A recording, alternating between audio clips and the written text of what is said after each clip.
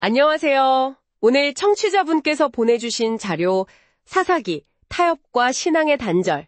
이 글의 일부를 좀 깊이 들여다볼까 합니다. 네, 반갑습니다. 구약성경 사사기, 특히 1장을 중심으로 왜 이스라엘 백성들이 약속의 땅 가나안을 완전히 정복하지 못했나, 그 시작점을 파헤쳐 보는 건데요.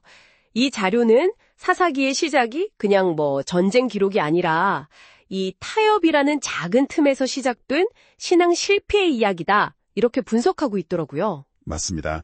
이 자료가 정말 예리하게 짚는 게 바로 그 타협이에요. 하나님 명령은 가나안 족속을 완전히 몰아내라는 거였는데 그들과의 공존을 택한 거죠. 네. 근데 정말 흥미로운 건 사사기 처음엔 1장 1절 누가 먼저 올라가서 싸우리니까 하나님께 묻고 순종하잖아요. 그렇죠. 근데 끝에 가면 21장 25절 각자 자기 소견에 옳은 대로 행했다. 이렇게 완전히 달라진다는 거. 이 자료는 이 극적인 변화의 시작이 바로 1장의 그 작은 타협들에 있었다고 보는 겁니다. 그럼 왜 타협했을까요? 네. 그래서 이 자료가 제시하는 원인들을 한번 따라가 보면서 이게 또 우리 청취자분들 삶에는 어떻게 적용될 수 있을지 같이 이야기 나눠보면 좋겠습니다. 좋습니다. 첫 번째 원인으로 자료가 짚는 건 지도자의 부재인데요. 1장 1절이 딱 여호수아가 죽은 후에 이렇게 시작하잖아요. 아무래도 그 강력했던 여호수아의 빈자리가 컸겠죠. 중앙 리더십이 없어지고 이제 지파별로 알아서 해야 하는 상황이었으니까요. 네, 그렇죠. 근데 좀 궁금한 게 모세가 죽었을 때도 비슷하지 않았나요? 그때는 여호수아가 있어서 잘 극복한 건가요? 왜 이때는 달랐을까요? 그게 아주 중요한 포인트입니다. 이 자료도 바로 그 점을 지적해요. 이게 단순히 리더가 있고 없고의 문제가 아니었다는 거죠. 여호수아 1장 1절에도 모세가 죽은 후였지만 이스라엘은 여호수아를 중심으로 뭉쳐서 가나안 정복을 시작했거든요. 네네. 이 자료가 말하는 핵심은 여호수아 죽은 다음에는 다음 세대로 신앙이 이어지지가 않았다는 거예요. 사사기 2장 10절에 그 후에 일어난 다른 세대는 여호와를 알지 못하며, 이 구절을 인용하면서 하나님을 직접 경험하지 못한 세대가 등장한 게 진짜 문제였다고 분석하죠. 겉보기엔 리더십 부재 같지만 그 속을 들여다보면 신앙의 단절이었던 겁니다. 그렇군요. 겉으로 보이는 현상하고 그 본질은 다를 수 있다는 거네요. 생각해보면 우리 주변에도 어쩌면 신앙의 경험을 좀 나눠주고 이끌어줄 어른들이 점점 사라지고 있는 건 아닌가? 그런 생각도 들고요. 네, 그럴 수 있죠. 이 자료는 청취자분들께 내 신앙은 지금 다음 세대나 주변 사람들에게 어떻게 흘러가고 있나? 이런 질문을 던지는 것 같아요. 맞아요. 중요한 질문이죠. 자, 그럼 두 번째 타협의 원인. 자료는 현실적인 생존 문제 앞에서 드러난 믿음의 부족이라고 분석하는데요. 1장 19절 보면 유다 지파가 골짜기 주민을 못 쫓아냈다고 나오잖아요. 이유가 철병거 때문이었죠. 네, 철병거. 당시 이스라엘은 총동기 문화였으니까 철기 문명은 정말 좀 위협적이었을 것 같아요. 그렇죠. 객관적으로 전력 차이가 컸을 겁니다. 게다가 자료는 농사기술 같은 거 당장 먹고 살려면 가나안 사람들한테 배워야 했을 텐데 그게 또 당시 바알 숭배랑 엮여 있었을 거라는 점도 지적해요. 바로 그 지점입니다. 이건 어쩔 수 없어. 하나님도 이해해 주시겠지. 이 정도는 괜찮을 거야. 이런 생각이 슬슬 들기 시작하는 거죠. 네. 하지만 이 자료는 그 타협 밑바닥에는 결국 하나님이 정말 이 모든 걸 책임져 주실까 하는 하나님에 대한 그 근본적인 믿음의 부족이 있었다고 아주 날카롭게 봐요. 위기의 순간에 하나님을 의지하기보다 현실적인 계산, 내 판단을 더 앞세운 거죠. 이 자료 분석처럼 진짜 믿음은 이런 철병과 같은 현실적인 어려움 앞에서 드러나는 건데 거기서 넘어졌다는 겁니다. 듣고 보니 그렇네요.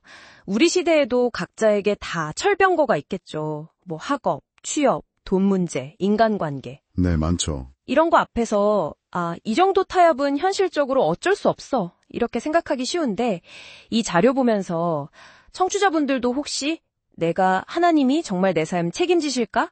하는 불신 때문에 타협하는 부분은 없나 돌아보게 될 것 같아요. 네, 돌아볼 지점이죠. 그리고 세 번째 원인이 저는 좀 흥미로웠는데요. 자료는 이걸 편안함 추구에서 온 죄와의 공존 시도라고 설명하더라고요. 1장 28절에 이스라엘이 강성한 수에야 가나안 족속에게 노역을 시키고 다 쫓아내지 아니하였더라. 이 구절이 딱 나오죠. 네, 결정적이죠. 이제는 힘이 없어서 못 쫓아낸 게 아니라 힘이 있는데도 안 쫓아낸 거잖아요. 이건 왜 그랬을까요? 이 자료 분석은 아주 명확해요.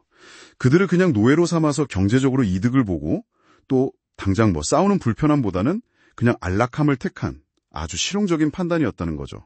아하. 그걸 뿌리 뽑으려고 한 게 아니라 그걸 어떻게든 관리하려고 했다는 점이에요. 관리요? 네. 우리가 힘이 있으니 통제할 수 있다. 괜찮다. 이렇게 착각한 거죠. 하지만 이 자료는 강조합니다. 죄는 관리의 대상이 아니라 제거해야 할 대상이라고요. 네. 결국 이스라엘은 거룩함을 지키려면 불편하잖아요. 싸워야 하고.